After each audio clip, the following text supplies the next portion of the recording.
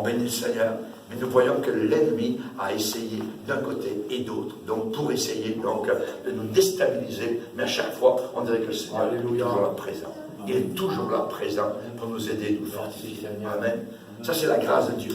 Évidemment, la merveilleuse évidence, je dirais la plus belle, voyez, c'est que l'Église dont parle Ésaïe dans les derniers jours, eh bien, c'est au verset 5. Le verset 5 est formidable. Cette Église, à la fin des temps, il est dit, l'Éternel établira sur toute l'étendue de la montagne de Sion et sur ses lieux d'assemblée. Sur ces lieux d'assemblée, ça veut dire sur ces assemblées, une nuée fumante pendant le jour et un feu de flamme éclatante pendant la nuit. Car tout ce qui est glorieux sera mis à couvert. La version anglaise, la King James Version, déclare « Surtout, la gloire sera une défense et une protection. » J'aime ça. Surtout, sur toutes ces assemblées fidèles, la Bible déclare que la gloire sera une défense, une protection. Sera comme mise à couvert, protégée. Alléluia.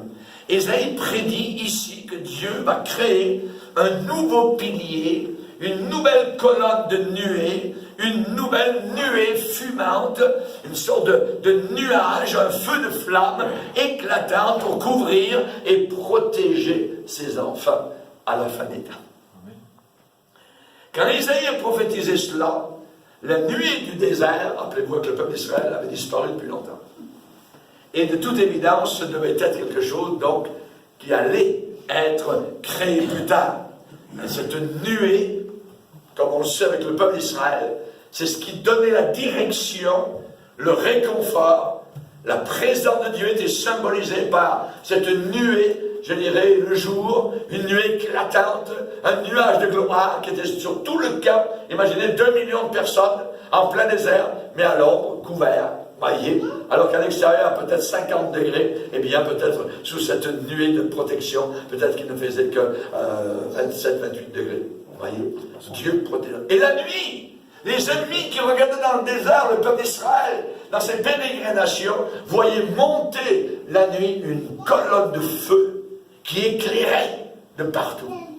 Imaginez si vous aviez dans la région donc de Rennes 2 millions de personnes et plus, et la nuit vous aviez une colonne de feu qui éclaire ces 2 millions de personnes. Amen. Alléluia. Notre Dieu est un Dieu formidable. Alléluia. Et les païens regardant au loin dans le désert disaient, leur Dieu est avec eux. Et notre Dieu est avec nous. Amen. Alléluia. Il est là. Il a dit, je suis avec vous tous les jours, jusqu'à la fin du monde. Alléluia. Ça ne nous abandonne pas. Non. Alléluia. Et cette nuée apportait évidemment un réconfort au peuple, une consolation, une protection contre la terreur. Et évidemment, on sait que nous, le Seigneur a déclaré, le Saint-Esprit vous conduira dans toute la vérité. Amen. Ouais, non, vous avez toute la vérité. Oui, on est conduit dans toute la vérité. Mais vous êtes quand même orgueilleux, voyez. Vous pensez que vous avez juste vous qui avez... Mais la Bible dit que le Saint-Esprit me conduit dans toute la vérité. Et s'il me conduit dans toute la vérité, il ne me conduit pas dans les demi-vérités, il ne me conduit pas dans un peu d'erreur et un peu de vérité, et le Saint-Esprit te conduira toujours droitement vers le bien et non vers le mal. Alléluia. Alléluia. Gloire au Seigneur. Donc ça signifie que ce reste saint et fidèle, ce peuple de Dieu authentique de la fin des temps, aura une direction très claire. Voyez, et il ne sera pas dans la confusion. Il ne sera pas en train de dire... Ah ben peut-être c'est eux qui ont raison, là, ben, c'est moi qui suis trop ceci, trop cela. J'ai rencontré beaucoup de frères et sœurs, vous voyez, qui étaient fidèles au Seigneur, et qui évidemment sont posés des questions. Peut-être que c'est moi. J'ai dit non, vous n'êtes pas trop ceci, trop cela. Vous êtes fidèles au Seigneur, et vous désirez le suivre jusqu'à la fin. Et comme Dieu a dit à Jérémie, Jérémie, c'est pas à toi à retourner vers eux, c'est à eux à revenir vers toi. Amen. Parce que toi, tu es resté fidèle et eux se sont éloignés. Eux ont rétrogradé. Eux ont commencé à faire des compromis ici et là. Ne retourne pas vers eux. C'est ce que Dieu a dit à Jérémie. Lisez, on va le lire si vous voulez bien.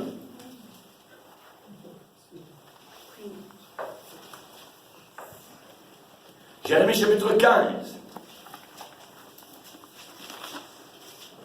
Jérémie chapitre 15, verset 16.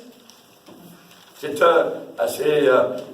Jérémie qui est persécuté par son propre peuple. Et il dit au verset 15, « Sache que je supporte, Seigneur, l'opprobre à cause de toi. J'ai recueilli tes paroles et je les ai dévorées. Tes paroles ont fait la joie et l'allégresse de mon cœur, car ton nom est invoqué sur moi, éternel Dieu des armées. Je ne me suis point assis dans l'assemblée des moqueurs, afin de m'y réjouir. Mais à cause de ta puissance, je me suis assis solitaire, car tu me remplissais de fureur. » Et il va dire, verset 19, « C'est pourquoi ainsi parle l'Éternel, si tu te rattaches à moi, je te répondrai, et tu te tiendras devant moi. Si tu sépares ce qui est précieux, ce qui a du prix, de ce qui est vil, tu seras comme ma bouche. Hein? C'est à eux de revenir à toi, mais ce n'est pas à toi de retourner vers eux. Je te rendrai pour ce peuple comme une forte muraille d'airain. Ils te feront la guerre, mais ils ne te vaincront pas. Amen. Car je suis avec toi pour te sauver et te délivrer, dit l'Éternel. Je te délivrerai de la main des méchants, te sauverai de la main des violents. Alléluia. Merci Seigneur. Quelle promesse! Encadre cela dans ta vie. Alléluia. Gloire au Seigneur. C'est une promesse de la part du Seigneur pour nous qui vivons à la fin des temps. Évidemment, donc, quand toute chose autour de nous tourne en sens contraire, quand toute chose autour de nous est en train de s'écrouler, eh bien, nous aurons devant nous un nuage de gloire, un pilier, la nuit, une colonne de feu pour nous conduire et pour nous diriger. Alléluia. Dieu va dire dans Zacharie 2,5, « Je reste fidèle à l'alliance. Mon Saint-Esprit est au milieu de vous. Ne craignez pas. » Ne craignez pas. Psaume 23. L'Éternel est mon berger, il me dirige. Où ça? Près des eaux paisibles. Amen. Gloire au Seigneur. Il me dirige. Isaïe 26, verset 2. Tu auras le salut pour muraille et rempart. À celui qui est ferme dans ses sentiments, tu assures la paix parce qu'il se confie en toi. Soyez ferme dans vos sentiments. Soyez pas ébranlés. Restez ferme, amen, dans vos sentiments par rapport au Seigneur. Psaume 32, verset 8, « Je t'instruirai, je te montrerai la voie que tu dois suivre. Je te conseillerai, j'aurai le regard sur toi. » Alléluia. Quand vous êtes découragé, prenez le psaume 32, verset 8. Psaume 32, verset 8. Psaume 32, verset 8. Je t'instruirai et je vais te montrer la voie que tu dois suivre. Je te conseillerai, j'aurai le regard sur toi. Amen. Israël, ce n'est pas nous évidemment. Israël avait un seul tabernacle. Israël avait une seule nuée pendant le jour, une seule colonne de feu pendant la nuit. Mais aujourd'hui, qu'est-ce qui arrive? C'est que nous, chrétiens, nous sommes tous des tabernacles du Saint-Esprit. Nous sommes tous, je dirais, des tabernacles du Saint-Esprit, et Dieu a pourvu à une nuée et à une colonne de feu pour chacun d'entre nous. Tout individu qui est repentant, toute assemblée qui est sainte, possède la nuée du Saint-Esprit pour nous conduire le jour, et une colonne de feu du Saint-Esprit pour nous conduire la nuit. Qu'est-ce que Dieu dit? C'est simple, j'aurai l'œil sur toi, quelle que soit ta situation. J'aurai l'œil sur toi. Amen. Même dans les pires tempêtes de ta vie, je vais te donner une direction claire.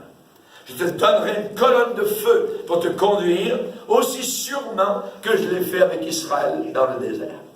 C'est merveilleux d'être conduit par le Seigneur. Amen. Actuellement, il y a une tempête inimaginable qui fait rage dans le monde chrétien. Une tempête. C'est quoi cette tempête? C'est la confusion dans l'Église. La confusion à l'intérieur de l'Église. Beaucoup de gens sont confus. Ils ne savent pas où ils en sont. Pourquoi? Il y a très peu de discernement. Il y a beaucoup de fausses doctrines. Il y a beaucoup de folie même. Il y a beaucoup de chair charnelle. Les gens nous disent, par téléphone ou email, nous écrivent, qu'est-ce qui se passe, pasteur Bourgier? Je n'arrive pas à comprendre. Notre pasteur amène dans l'église des enseignants étranges, bizarres. Et notre pasteur est en train de diviser, de déchirer l'église en deux. Est-ce de Dieu ou non? S'il vous plaît, dites-nous-le. Nous ne savons plus qui croire. Partout dans le monde. Au Canada, États-Unis, en France, en Suisse, en Belgique, en Angleterre, même en Afrique, chers amis, il y a des choses inimaginables. Beaucoup de confusion. Beaucoup de confusion. Et même dans des réunions de pasteurs, on a des gens qui prophétisent bric-à-brac, n'importe quoi, tout ça, je vois ceci, je vois cela, et ils emmènent les gens n'importe où. Et on les laisse faire. On ne les arrête pas. Non. Monsieur, voulez-vous vous taire? Madame, non. Voyez? Non, personne n'arrête. On laisse faire. C'est l'esprit. Avec l'esprit de Dieu, vous pouvez dire n'importe quoi, faire n'importe quoi. On a vu dans certains réveils des gens qui se baladaient avec des pots de fleurs, voyez, sur la tête. Au nom de Jésus, sa fille, se baladaient dans l'église, faire n'importe quoi, pendant que les gens roulent, tout ça. C'est de la folie totale. Quelqu'un entrerait de votre parenté qui n'est pas sauvé, c'est des fous. Emmenez-les dans un asile. Ça n'a aucun sens, voyez. Dans des réunions de pasteurs, voyez, maintenant, quelqu'un vient, un invité qui parle au pasteur, une réunion pastorale, et à la fin, bien, généralement, on avait un temps de prière avant de repartir, tout ça, on pouvait passer une demi-heure, donc 1 heure devant le Seigneur. Non, ce pasteur qui est invité dit maintenant, vous avez vos femmes avec vous, là, les frères, ça. Eh bien, on va mettre une musique chrétienne, frère, mettez un petit fond de musique, et puis on va danser. Salle de danse. Un cœur d'église, des pasteurs. Évidemment, quand vous avez ces mêmes pasteurs ensuite qui sont derrière des tribunes, pensez-vous qu'ils vont vous apporter la vie? Rien, la mort. La mort est dans le pot. La mort est dans le pot. Voyez, les prêtres catholiques qui prêchent, des idolâtres. Un prêtre catholique est un idolâtre. Il prie les morts. Il prie Marie. Il se met devant une statue. Vous avez vu même le pape en train de mettre devant Marie, devant un morceau de bois, tout ça, et de mettre sa main sur le morceau de bois, tout ça, pour avoir une bénédiction. Et on a des prêtres catholiques à l'intérieur de l'église chrétienne maintenant, qui viennent. C'est la folie. C'est l'apostasie totale. Voyez. Donc évidemment, nous vivons cela aujourd'hui. Et nous avons beaucoup, évidemment, donc, de confusion dans l'église. Il y a un pasteur qui a déclaré à un autre, je suis allé à une réunion, et les choses sont devenues tellement folles, je dirais, c'était la folie totale, que ça devenait embarrassant. Et les dirigeants qui dirigeaient, qui avaient contrôle sur la réunion, étaient presque effrayés. Et il y en a un qui a dû se lever et dire, ok, ça suffit, ramenons tout ça à Jésus-Christ. Ramenons tout ça à Jésus-Christ.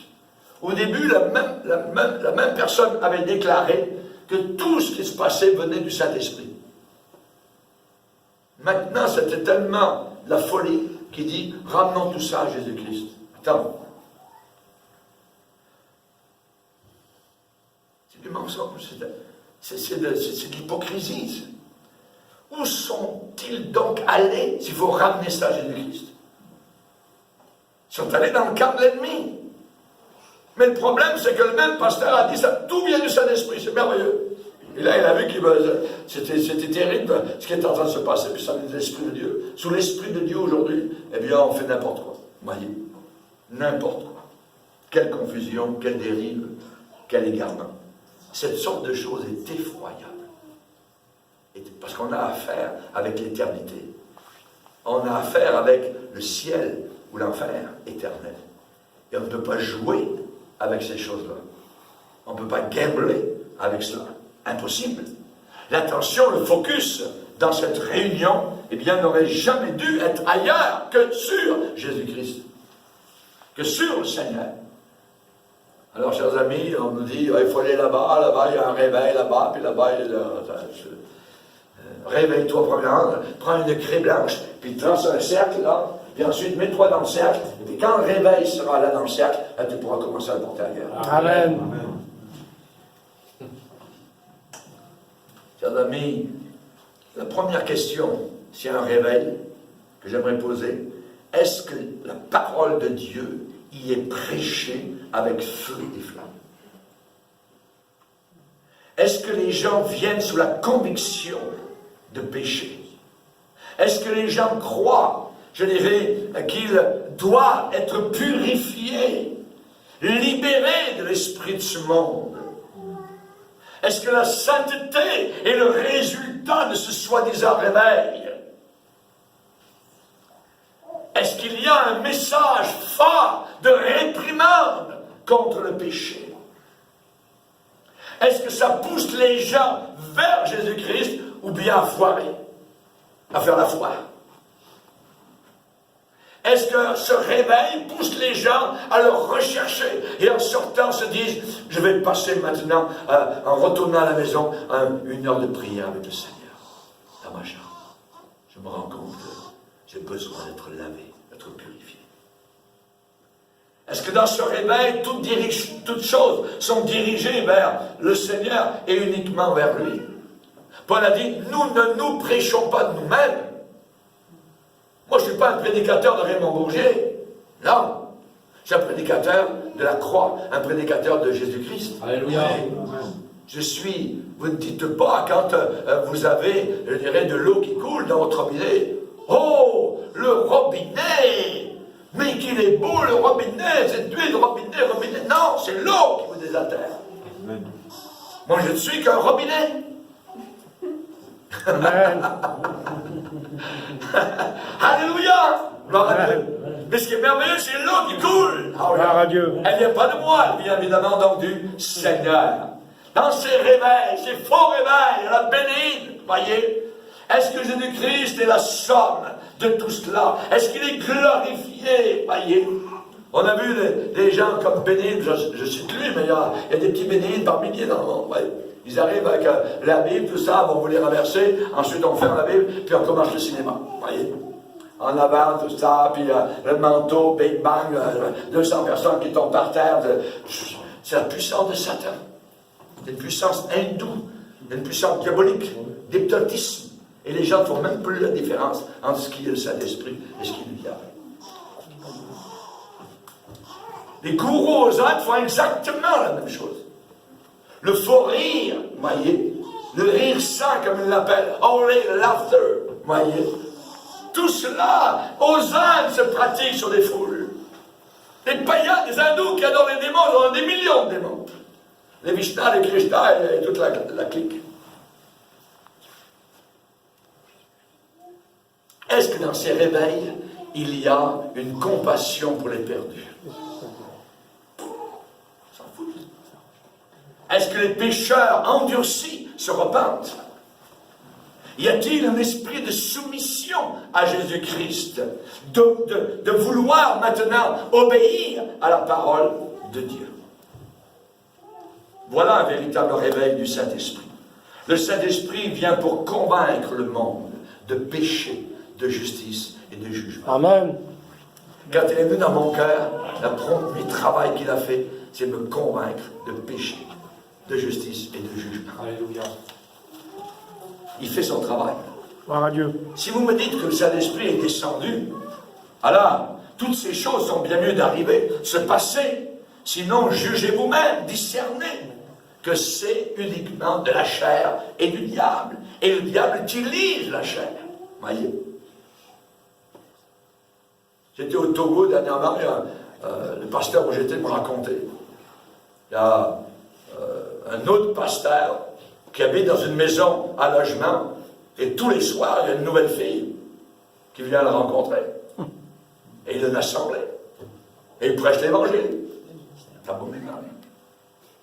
Il y en a un autre dans son assemblée qui a fait lire par quelqu'un la plaque de voiture d'une femme dans le parking. Puis ensuite en avant, alléluia, oh, le Seigneur me montre ça. Madame, le numéro de plaque de votre voiture, c'est... Ah! La femme est toute... comment bouger, tout ça. Mais j'ai quelque chose de plus, madame, à vous dire. C'est que Dieu, le Dieu qui m'a montré ça, m'a dit que vous deviez me donner votre voiture. Monsieur le pasteur, voilà les clés. Voilà! À l'intérieur de l'assemblée. Les sorciers sont à l'intérieur maintenant. Aujourd'hui en Afrique, on vend du savon qui bénit. On arrose les gens de Coca-Cola pour représenter le sang de Jésus-Christ. Voyez? On a l'eau bénite de protection. On a les églises clubs de nuit où on danse, collé. Dans les églises évangéliques, pentecôtistes. C'est abominable. Il y a des prières. Vous l'avez compris pour vous avez besoin, madame? Oui. Mais il y a des prières à 100 $, il y a des prières à 50, des prières à 20 $. Pour vous payer. Ce qui veut dire ce que l'Église catholique a fait du temps de la Réforme, on le retrouve non plus dans l'Église catholique, mais à l'intérieur maintenant de l'Église évangélique. C'est abominable. Un pasteur était assis en avant dimanche matin, une grande assemblée. Il était assis, il y avait 2 collaborateurs qui étaient assis, tout ça, à côté de lui. Le pasteur est assis, les autres sont debout. Monsieur le pasteur se lève. Quand il se lève pour aller à son pupitre, les 2 bing bang par terre. Les gens disent, oh la puissance, notre pasteur est puissant. Juste quand il s'est levé, les 2 autres sont tombés par terre. Mensonge, fraude, hypocrisie, tout ce que vous pouvez savoir. Oui. Il dit, c'est les miracles de la fin des temps. Miracle de la fin des temps. Mensonge.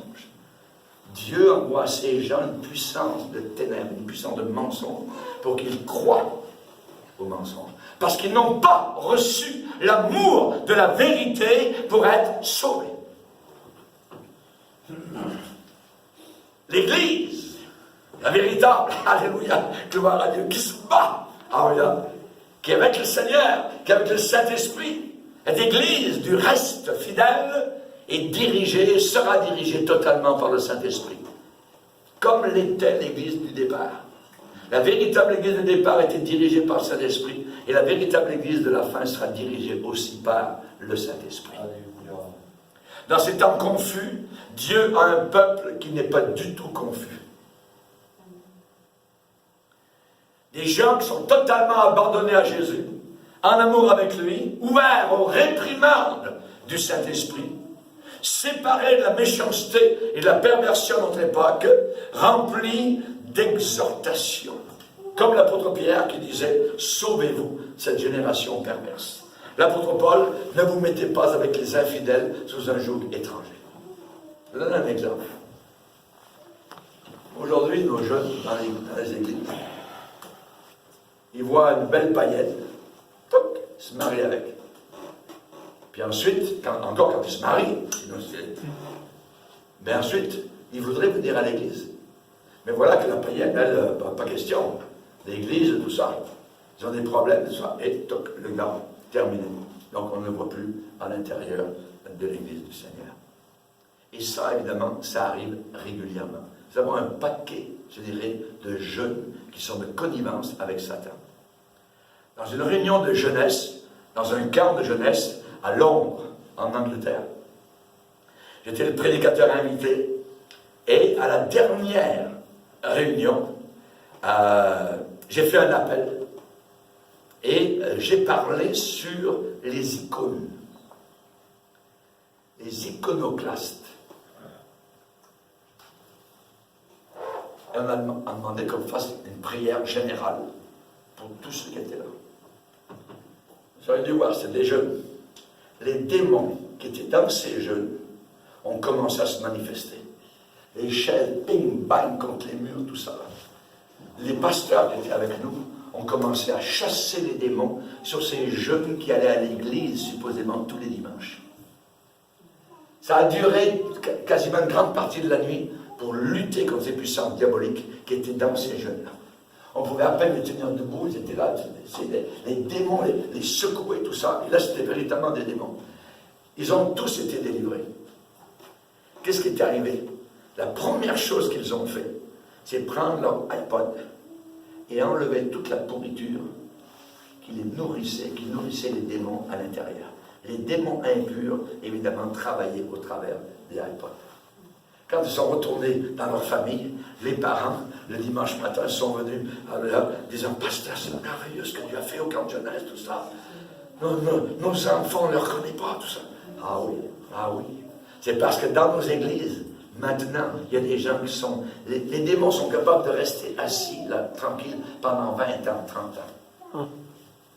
Et c'est la raison pour laquelle on a tant de problèmes. On a des pasteurs qui chutent, on a des pasteurs qui sont liés avec une autre femme ailleurs. Il y en a qui ont chuté sur un champ de mission, ils reviennent ici, ils divisent leurs églises parce qu'ils retournent encore dans l'adultère avec une bonne femme, ainsi de suite. C'est terrible.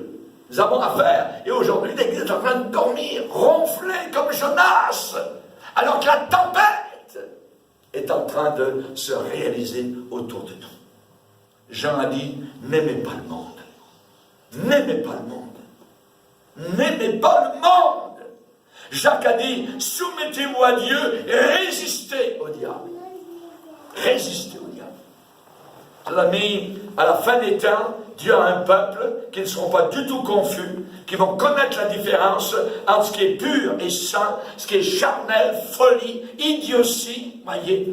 Et partout où va la nuée, ces gens-là vont bouger, ces gens-là vont suivre la nuée. Et ils vont chanter de tout leur cœur, victoire par le sang de Jésus. Alléluia. Garde-moi, Seigneur, fidèle à toi, dans les bons et les mauvais jours. Garde-moi de toute chute, fidèle à toi, Seigneur. Garde-moi. Oh, combien je l'aime. Alléluia. Gloire au Seigneur. Que Dieu soit glorifié. Amen. Alléluia. Ésaïe chapitre 4 nous promet que dans les jours de la fin, Dieu va créer une gloire qui va envelopper, qui va couvrir son église restante. La gloire même de Dieu va remplir chaque cœur fidèle, va couvrir, protéger chaque maison. Nous allons l'adorer sous le baldaquin de la gloire de Dieu. Alléluia! Qu'est-ce que cette gloire? C'est simple, c'est la présence de Dieu qui descend au milieu de son peuple. Vous le savez quand elle est là, et vous le savez quand elle n'est pas là. Jésus-Christ lui-même est la plénitude de la gloire du Père. Et dans Ésaïe 4, il est dit, en ce temps-là, le germe de l'Éternel aura la magnificence et la gloire. Alléluia. La magnificence et la gloire. Cette gloire ne peut être plus éclatante et brillante que Jésus-Christ lui-même. Alléluia. Se manifestant à nos vies. Se manifester. Ce mot manifester, ça veut dire, dans l'étymologie, saisir par la main. Saisir par la main. Dans le mot manifester, il y a le mot main. Tenir, saisir par la main. Car la présence de Jésus remplit un lieu. Cette présence est si réelle, si évidente, que vos mains spirituelles peuvent la toucher. Alléluia. Que vos yeux spirituels peuvent la voir. C'est aussi réel que l'air que vous respirez. Et c'est cette sorte de réveil que je veux voir, là où la présence de Dieu est si réelle, si évidente, si puissante, si bouleversante, si écrasante. Alléluia, gloire au Seigneur. Que selon Ésaïe 4, alors le fruit sera excellent, agréable à voir. Des vies transformées, des vies lavées, les ordures mises à la poubelle, et l'Église de Dieu triomphante sur les forces diaboliques. Amen. Gloire au Seigneur. Amen. Alors, on va, si vous voulez bien, se lever devant le Seigneur. Alors, on veut l'adorer. On veut le bénir. Merci Seigneur. Merci Seigneur. Alléluia. Jésus, tu es le roi vivant, le Dieu glorieux. Alléluia. Merci mon Père. Ce soir, nous allons faire véritablement devant le Seigneur un aveu, une prière, une reconnaissance. On veut être lavé, on veut être purifié, on veut lui plaire, on veut le servir, non pas comme nous le pensons, mais comme lui le désire. Amen. Alléluia. Et j'aimerais que vous puissiez répéter après moi, à haute voix, cette prière que je vais faire maintenant. Seigneur Jésus, Seigneur Jésus, je viens devant toi, avec